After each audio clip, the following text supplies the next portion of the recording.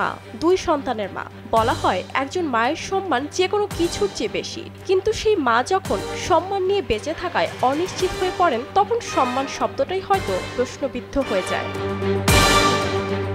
প্রতিদিনের মতো সন্তানের বাবা ফিরছিলেন ঘরে।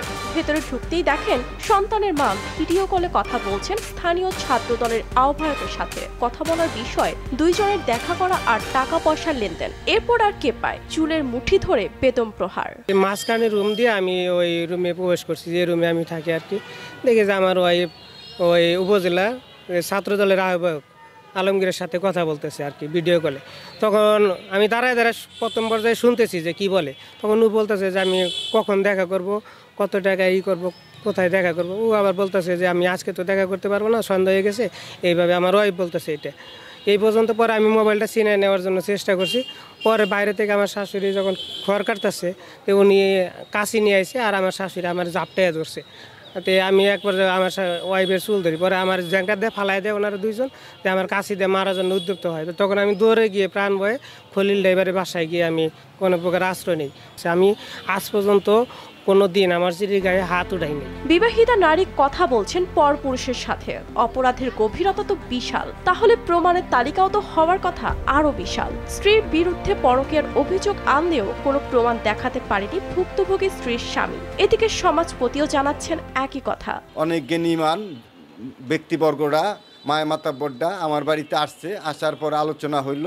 আলোচনার মধ্য দিয়ে যে অভিযোগটা ছেলে দাঁড় করাইলো তার কোনো প্রমাণ আদি হাউজের কাছে সালিশের কাছে উপস্থিত করতে পারলো না। দাম্পত্য কলহের এক ঘটনা ঘটে টাঙ্গাইলে ভূঁইয়াপুরে। এ বিষয়ে সমাজপতিরা সালিশি বৈঠকে বসলে স্ত্রীর সাথে ছাত্রদল নেতার অনৈতিক সম্পর্কের অভিযোগ এনে জোরপূর্বক স্বীকারোক্তি আদায়ের চেষ্টা করে স্বামী ও একটি মহল।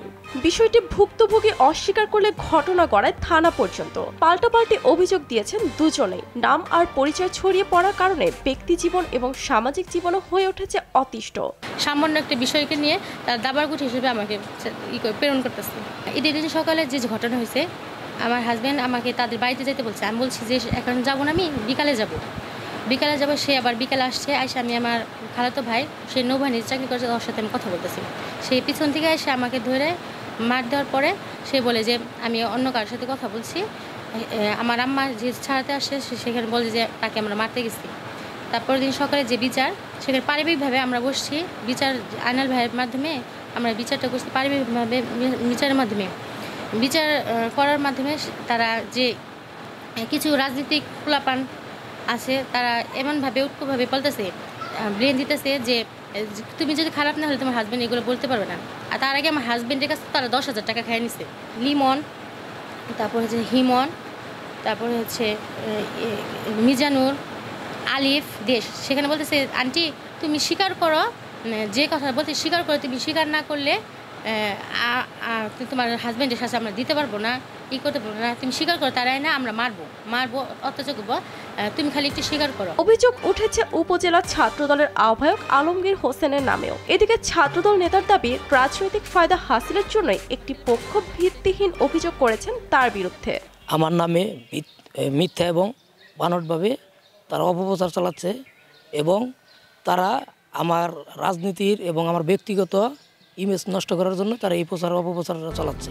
ভবিষ্যৎ নষ্ট করতে মেয়ের বিরুদ্ধে চক্রান্ত করা হয়েছে বলে জানান ভুক্তভোগীর মা বাবা। মেয়ের জামাই কথা বানাইছে, মেয়ের জামাই কথা ছড়াইছে, অন্য কেন মানুষের কথা ছড়ায়নি। এখন আমরা বাণিজ্যের প্রশ্ন, বাণিজ্য তো সব চলেই গেছে গা। এখন তো মরার সাথে আমার কোনো গতি নাই। আমার মেয়ের জামাই একটু কথাবার্তা খারাপ করতো, আর এলাকার লোকের সাথে যোগ দিয়েছে আমার মেয়ের জামাই দিয়ে এই কামটা এলাকার লোকে করাইছে। এদিকে অভিযোগের বিষয় তদন্ত করে ব্যবস্থা নেওয়ার আশ্বাস পুলিশের। তার লিখিত অভিযোগের ভিত্তিতে আমরা বিষয়টি তদন্তাধীন আছে, আমরা তদন্ত করতেছি। প্রয়োজনীয় সত্যতা পেলে আমরা প্রয়োজনীয় আইনগত ব্যবস্থা নেব। দাম্পত্য কলহ এখন আর শুধু দুটো মানুষের বিষয় নয়, বরং এই কলহে অসহায় হয়ে যায় তাদের সন্তান সহ প্রত্যেকেই। খুব দ্রুতই এই কলহের মীমাংসা হোক, এমনটাই প্রত্যাশা ভুক্তভোগীর পরিবারের। Lamia Tangier Mahmud, RTV।